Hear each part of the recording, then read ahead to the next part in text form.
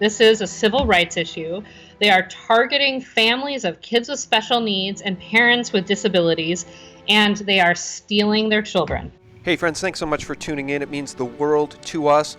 Look, in lieu of all that's going on in Las Vegas and the real research and investigation being done by the real truth media, I'm going to take just a break from that right now. We're going to step back and we're going to turn our attention back to the plight of missing children all over the planet. This article from the Kansas City Star, how did 70 plus children go missing from the Kansas foster care system?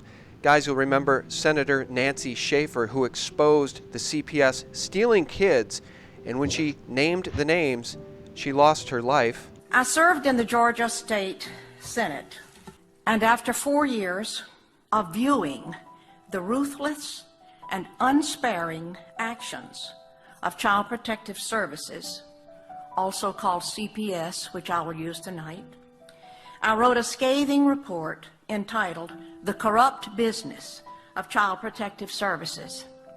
The report cost me my Senate seat. Friends, it also cost her her life, and now turning our attention back to this most important article about those 70 children, plus 70, more than 70 children vanished into thin air. This comes from 41 Action News. Welcome, everyone. I'm Mike Maruso. And I'm Marie Ananelli. State lawmakers are now questioning how 70 foster kids can go missing. The report coming to light after a lawmaker confronted the agency about the missing kids yesterday. Now our investigative team is pressing leaders. 41 Action News investigator Jessica McMaster is taking a deeper look at how these children are actually tracked by the state. Jessica. Yeah, Rhiannon, Department for Children and Families has contractors that place children in the state of Kansas with foster care parents, so DCF doesn't handle these cases directly. We did speak with one of those contractors, KVC Health Systems, about why and how these children are going missing after being placed into foster care. Director of Communication Jenny Kutz tells us most of the children who've gone missing are runaways. She says KVC follows protocols in every missing children's case by alerting police and various other state employees, including DCF. Folks, I'm going to pause it there and say one very important thing. It is a catch-all to say that all of these foster children are runaways, and I want to paint a picture for you. How horrifying would it be to you as a parent if your children were taken from you for bogus reasons when you're a loving parent only trying to protect your children, and they're put into the care of CPS or a foster care system and then disappear, or you don't know where they are, or they're being sexually abused and you're powerless to stop it. I have on the line right now Daniel Larson, who is going through this right now, and also on the line is a friend of his, a social worker named Emma, and his wife is under a gag order and cannot speak. That's what they do, folks, when they want to shut you up. They put you under gag orders. That's what we see going on in Las Vegas. Daniel, thanks so much for joining us. You're very welcome. Thanks for having me here. I am under no gag orders, so I will be speaking up. God bless you for doing so. And Emma, welcome too. Thank you. I'm happy to be here. Well, we're happy to have you. I want to make one thing very, very clear, folks. Not everybody who works in CPS is a bad person who kidnaps children, but as Nancy Schaefer told us, as she so eloquently quantified before she lost her life, there is a huge problem throughout the country with missing kids, and a lot of them go missing from the CPS system, as we're now seeing in Kansas City with 70 plus children vanishing into thin air with no answers coming from CPS other than to say they're probably all just runaways. I'm here to tell you that is probably 100% untrue. Daniel, how and where do we start as it pertains to your 15-year-old boy, Max? You have a daughter, Isabella, 14, Alex, 11, and a brand new baby, Elias, and now they've all been snatched from you and put into the hands of CPS. Where do we begin? That's correct. Where do we begin? Well, first of all, they are my stepchildren, all of these children that you mentioned. We begin a year ago when it started with Max, and they accused my wife, Trisha, of medical child abuse against Max, claiming that he is not really sick, he does not have any issues, and that these things are a figment of Trisha's imagination. So that was a year ago, a little over a year ago, and they took him and they took the other children as well, Isabella and Alex, and they were listed under threat of harm. So because they think she did this with Max, that the other two are quote unquote in danger and threat of harm. At the time, she was 4 months pregnant, and since then, subsequently, she had baby Elias. And after 12 days at home with us, they came and took Elias as well. And we've been dealing with it ever since. And now they put her under a gag order. My wife spoke out and created a website where she spoke out and shared her story, because neither CPS nor the DA representing CPS cared to listen to anything she had to say. They avoid anything that does not, any information that does not support the narrative that they're trying to put forth. They literally just avoid it like it doesn't exist. And so she spoke out with this website and in some other ways as well. And as a result of the website, they put a one-person gag, a one-party gag against my wife, while no other parties that are involved in this case have any gag on them. Let me pause you there. No, I'm going to make a note there. No other parties have a gag on them. That's where we can pick it up. Guys, I have dogs of my own, but is there a way to make that dog stop barking? Because it's very distracting. Yeah, okay, we're just going to, we'll switch to another room.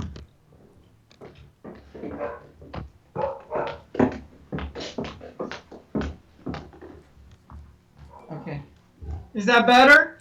I'm sure it will be. Yeah. Okay. So you can just pick it up from there. No other parties have gag orders on them.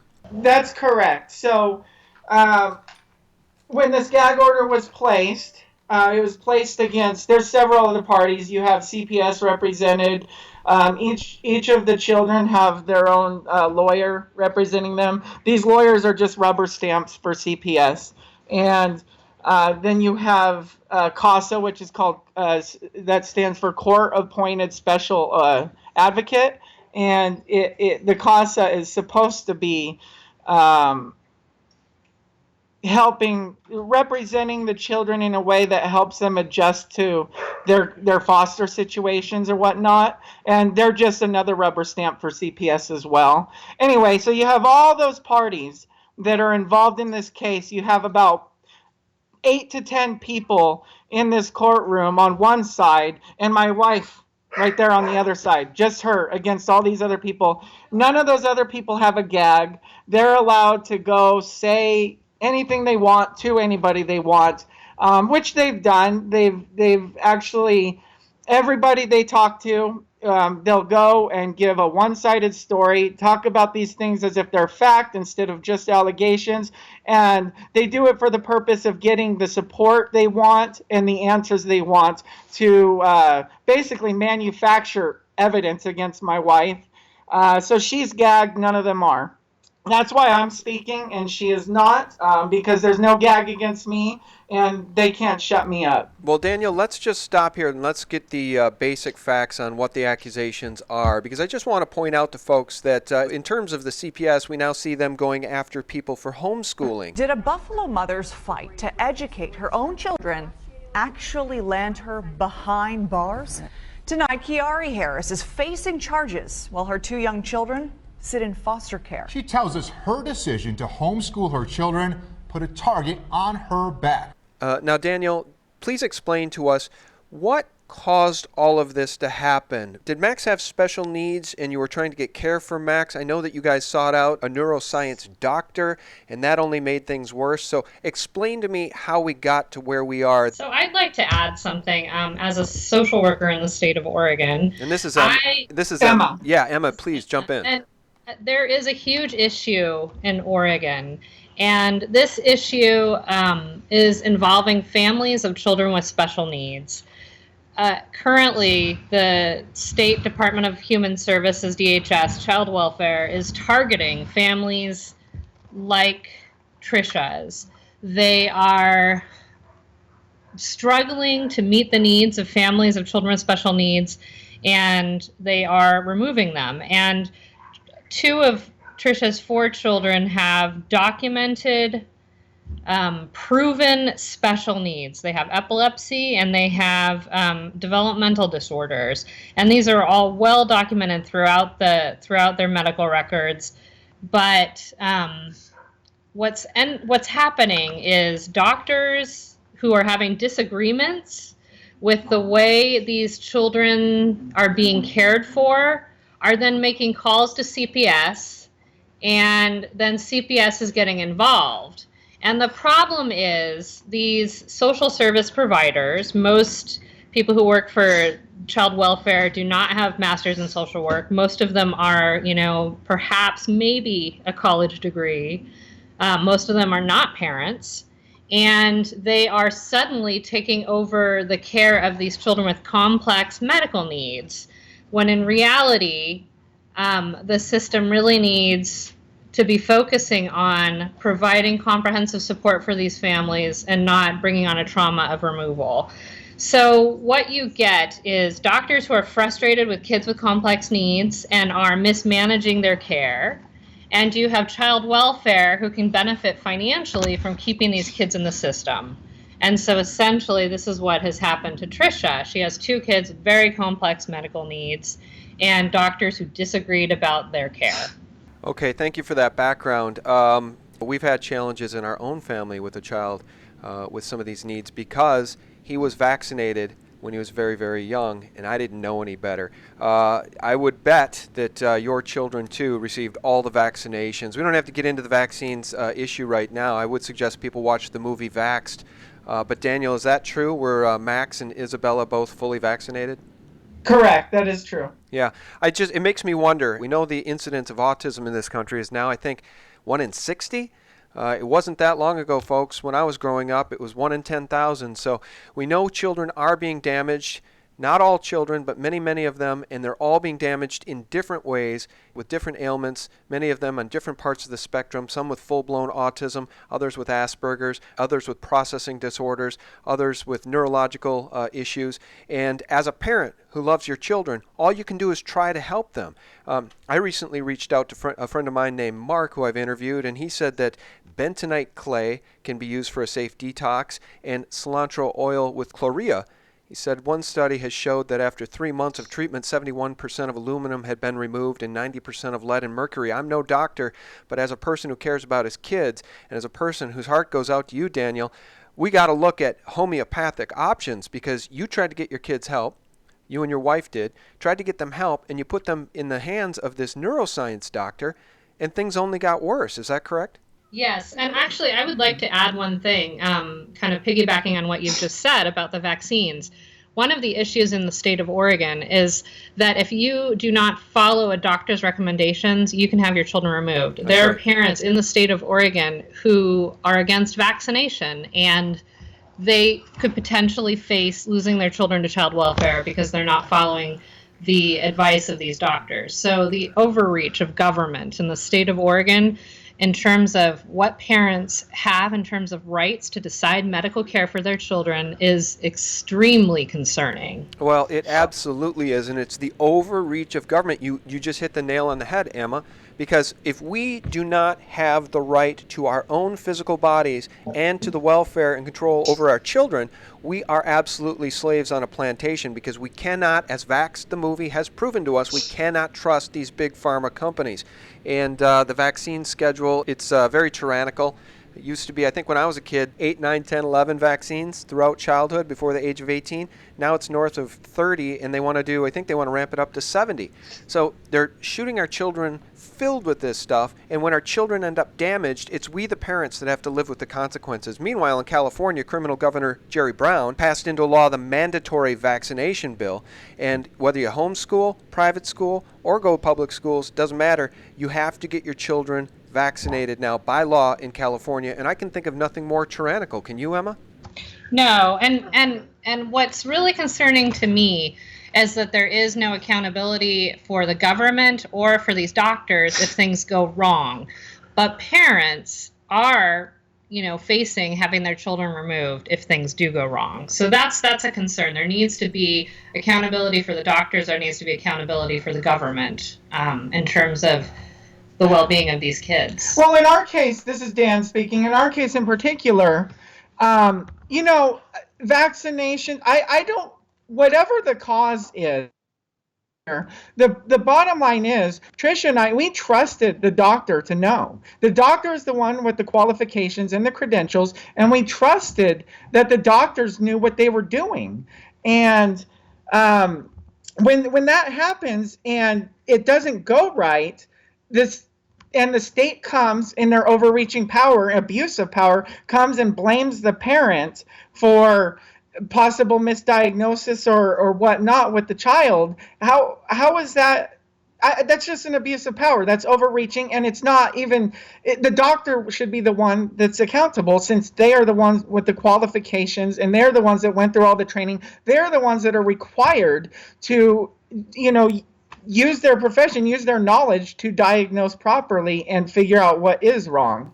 And like I said, in our case in particular, I have no idea what caused Max and Isabella's conditions. I have zero idea, zero clue, but we trusted the doctors. We trusted that they were following the proper procedures, following the, their training to find out what is wrong and how to treat the children. I wish so badly that Trisha wasn't under a gag order, because I want to ask her about her experience as a mother when these babies came into the world. You and your wife were trying to get these children help. Now, when you told me that you'd been accused of medical child abuse, I just assumed that meant maybe they were coming after you for trying to seek homeopathic treatments or remedies. That's not the case at all here. You went to, I guess probably, you correct me if I'm wrong, but you went to an AMA doctor and were getting traditional medical help. Is that correct? Yeah, absolutely. Highly qualified. Chief of neurology at Swedish. And highly qualified. We trusted him implicitly. Harvard trained, I believe. And we were just following what we thought was best. And we trusted that he had the training to properly treat the children. And that's exactly it. How can you be accused of medical child abuse? I don't understand. Help us understand what the accusation can even be when all you did was take the children to this doctor to try to get help. So this is where this idea of medical child abuse comes from. What if you have a parent that overseeks medical care in the opinion of these doctors? They can be accused of medical child abuse. And in Trisha's case, she's a great advocate for her kids. And she didn't overseek care. She just reported what she saw with her children. But I think doctors just began to get really frustrated because they were prescribing medications that were making things worse. And instead of taking responsibility for just not knowing what to do, they instead blamed her and said, oh, well, it just must be something she's making up. And well, it also speaks to the authoritarianism of the state, right? When the doctor calls CPS is going to take a doctor's phone call very seriously, especially as it pertains to accusations against the parents. Well, most parents do not have the funds to defend themselves properly. The state has unending resources to accuse a parent, and they have unending resources to support a doctor. And oftentimes these doctors and the state work together. They are colleagues. They help each other out. And so they're going to take the word from a doctor over the word of a parent, which is wrong. And one of the biggest issues is they can choose who they investigate. They can choose who they interview.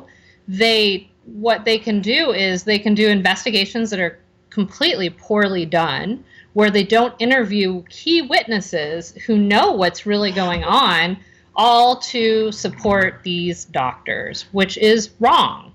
Dan speaking again. So what Emma said is that's exactly what has happened in our case. They failed to interview witnesses that have had extensive contact with our family over the years, extensive contact and very close to the family with a bunch of knowledge and experience with our family. They failed to talk to at least a dozen people. They never interviewed any of them, and including myself, by the way. Nobody ever talked and interviewed me in an investigative role regarding anything in this case. And you'd think they would, considering my role. I joined the family about a little over 3 years ago, and they've just absolutely ignored anything I had to say. And it's because what I have to say does not support their narrative. They literally ignore any information, witnesses, and evidence that does not back up their narrative. I also wanted to just say something regarding, you mentioned earlier about doctors calling CPS. This case did not originate from any doctors having any concerns. This case originated with Trisha's mother, who has personality disorders, actually calling CPS. No doctors had any concerns ever. There were no records show any concern of any issues with Trisha making up or exaggerating symptoms. This originated with her mother calling CPS. And then from there, her mother lied to CPS in a million different ways. It would take hours to go over all the ways in which she lied to them. Provable lies, easily provable lies that we've actually demonstrated, but CPS does not care. Very early on, CPS decided that they wanted to believe her mother, and since then, they have, like I said, they haven't interviewed anybody that has any kind of opposing story. And one of the things that happens in the state of Oregon is we have these child abuse assessment centers, and they are affiliated with the hospitals.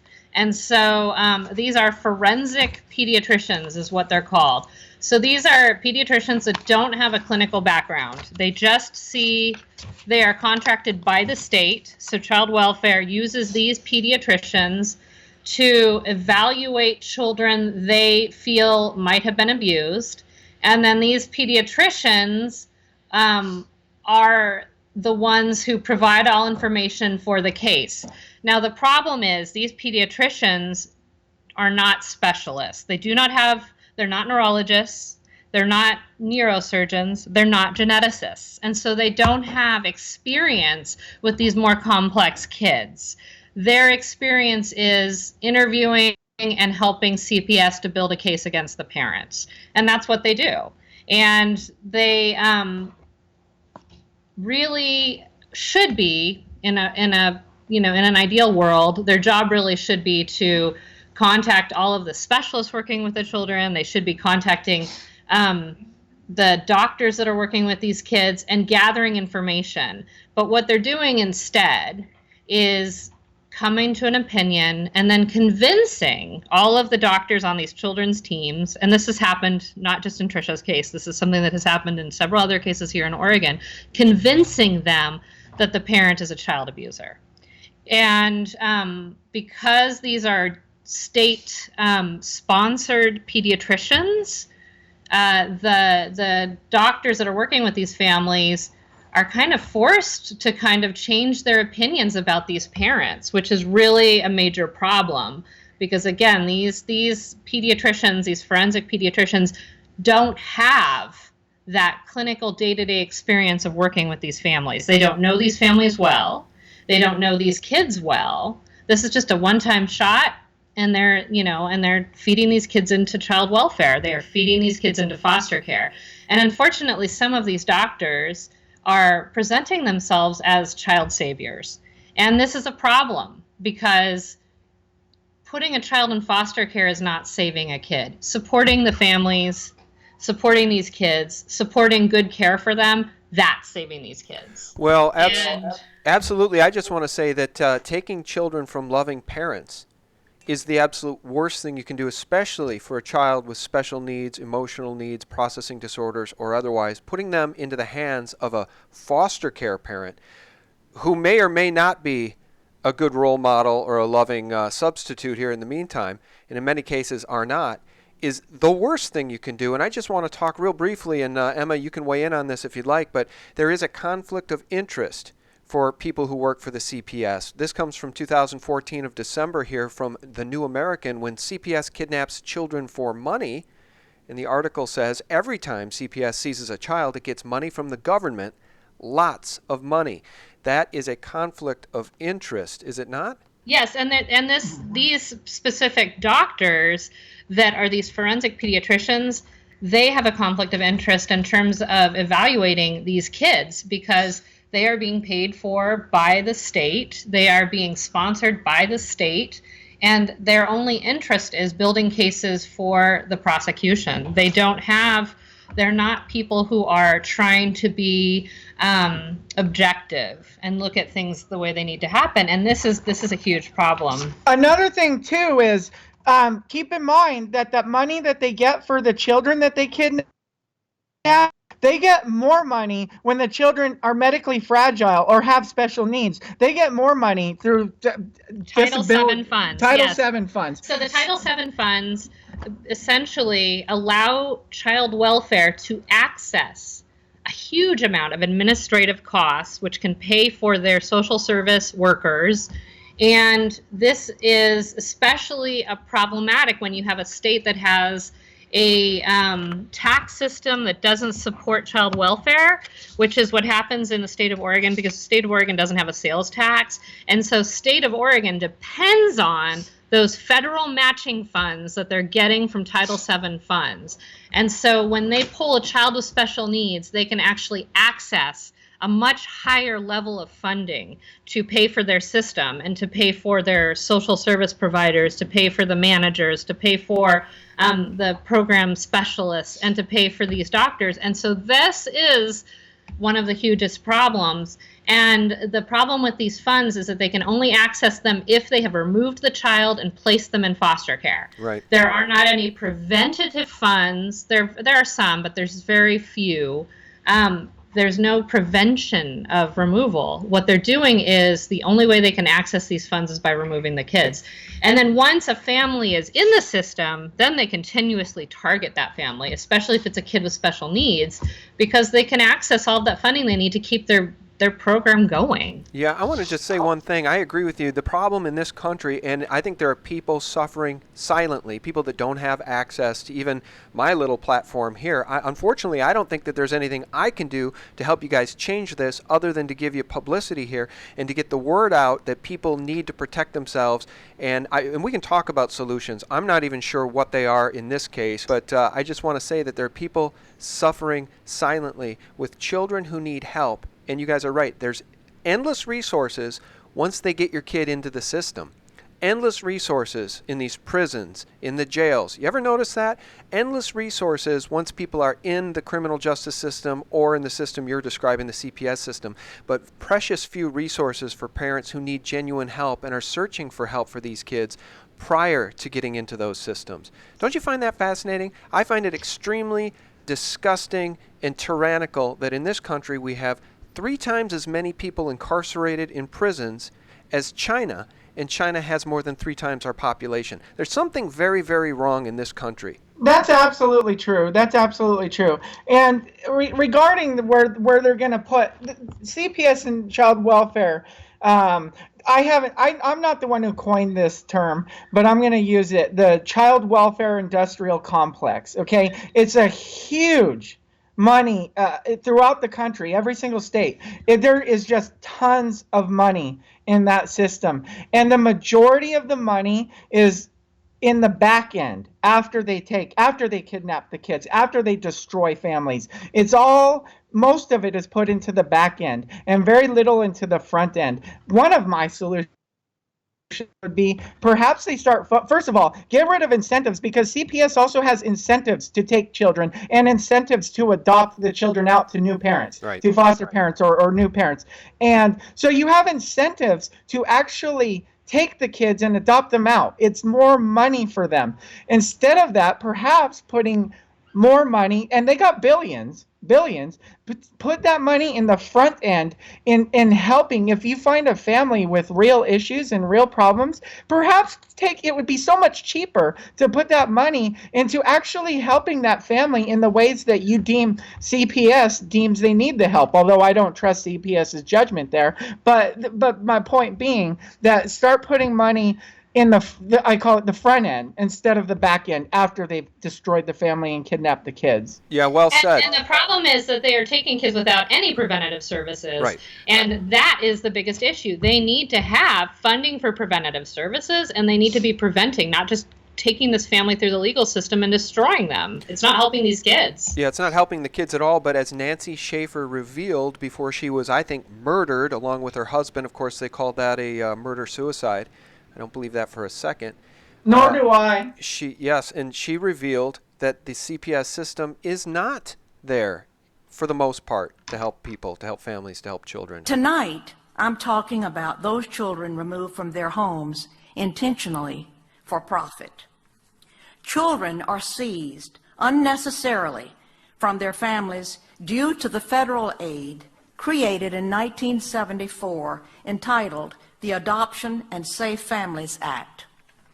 It offers financial incentives to the states that increase adoption numbers. To receive the adoption incentives or bonuses, local CPS must have more children. They must have more merchandise to sell. And that's the problem. Guys, I would encourage everyone listening, including my guests here, to follow my friend Melissa Zachariah, the Honeybee, on Twitter. I don't think there's anybody that I can point to who's doing more work day in, day out to expose the injustices of what we're talking about here. She does a terrific job. You can follow Melissa, the Honeybee, on Twitter. And she could certainly help you guys get the word out to some degree, but I don't otherwise know how to help you. Is there anything that we can do to help you? What are your plans? How do we protect these kids? We got Max, Isabella, Alex, and Elias now in the hands of CPS. Do you even know where they are? Are you getting updates on where physically they are in the world? We're aware of where they are, yeah, and we have regular visits with them, but it just seems that the case has not progressed at all. As far as helping us in particular, I mean, publicity does help. You know, I want to get the word out because CPS, I'm telling you, they love to operate in the shadows. They do not like their actions to be known, and that's why they get away with what they get away with. It's disgusting.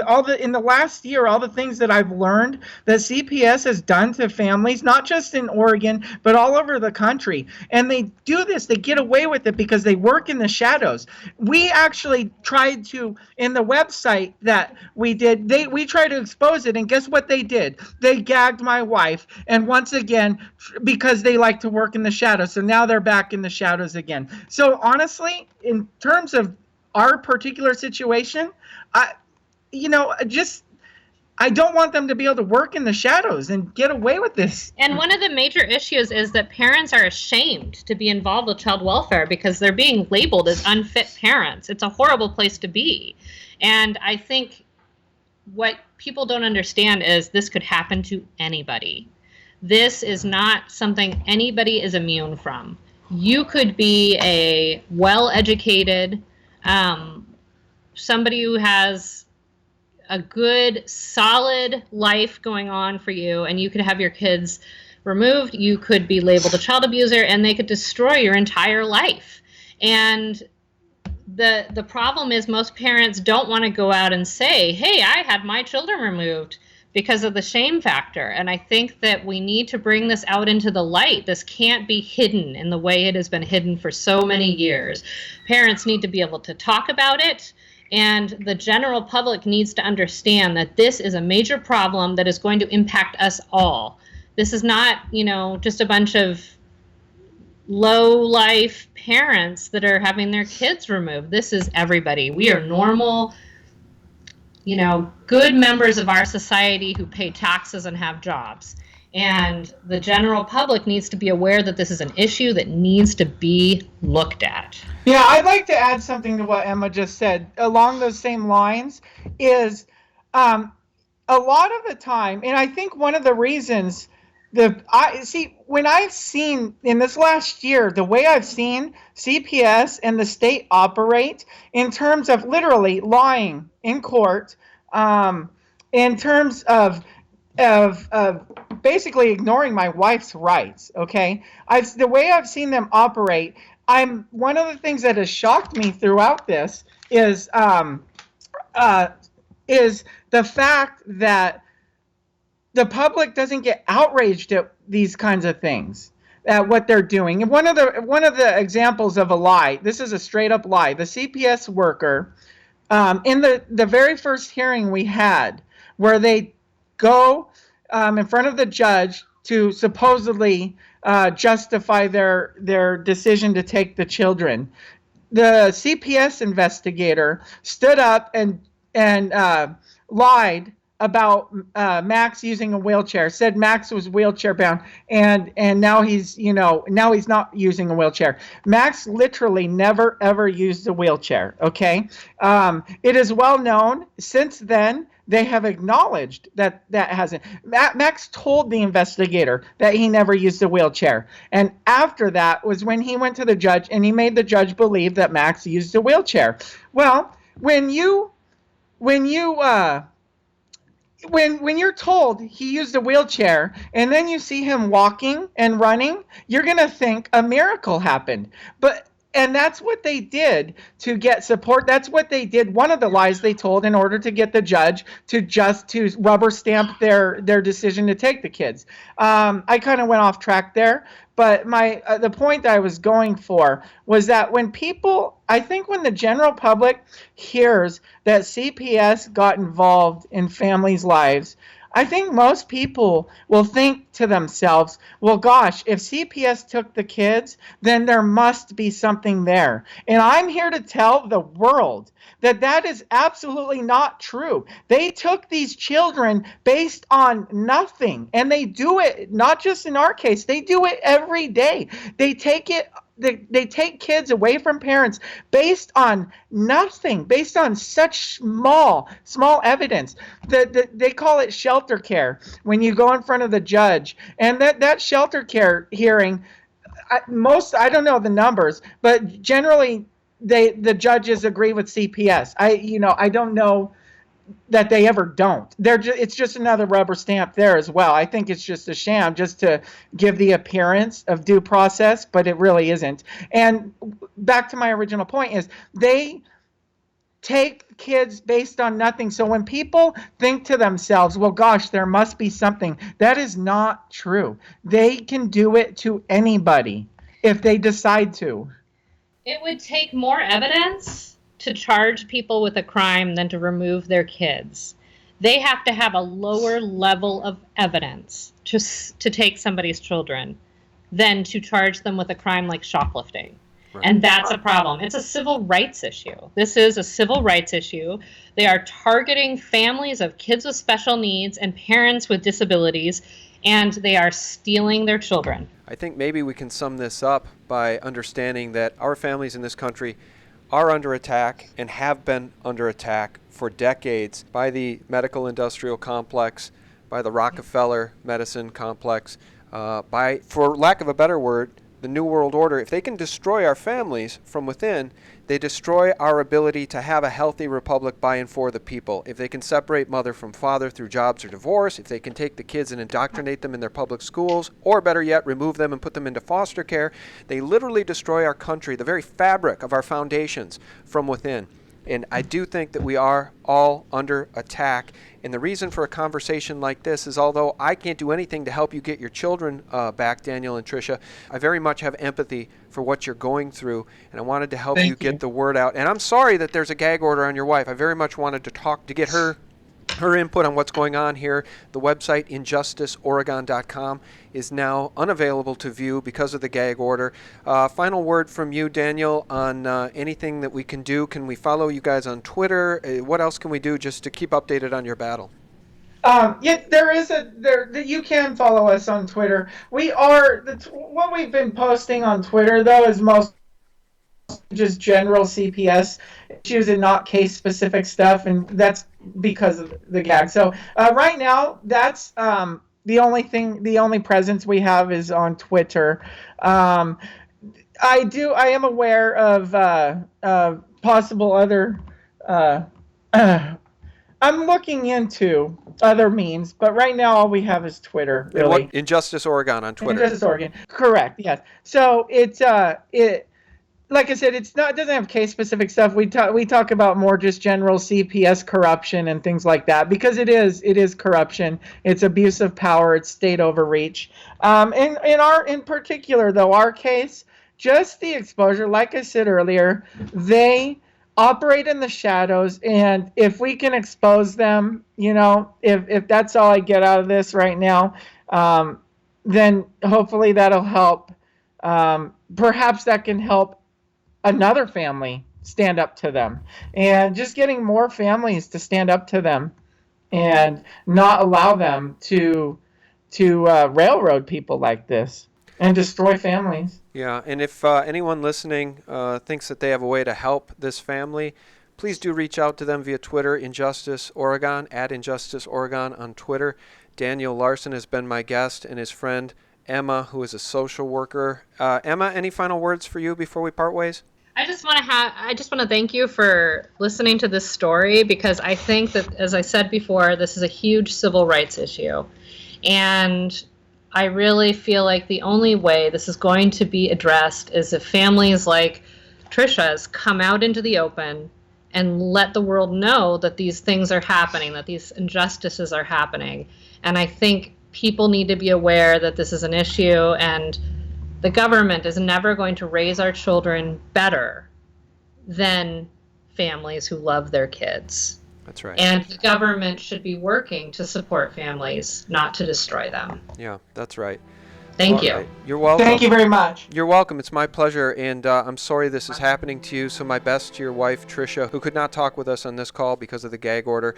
Guys, thank you so much for listening. Look, we're all in this mess together. I used to say that all the time. I got to start saying it again, because whether you're talking about our economic system and the U.S. debt levels, which are out of control, or the rabble-rousing for World War III with North Korea, or the cases of CPS snatching kids. 70 foster kids have gone missing in Kansas City. How is that acceptable? Because we have a neutered, captured, corporate mainstream media that will not do its job and will not report the truth, be it the truth about what happened in Las Vegas or the truth about what's happening every single day in this country as children go missing. Thank you so much for listening. We very much appreciate each and every one of you. You're making a world of difference for us by tuning into SGTReport.com every single day for real news 24/7. May God bless you and your families. We love you. Thank you so much. Have a great week. Bye-bye. There is no conspiracy between the FBI, between LVMPD, and the MGM. Nobody is attempting to hide anything.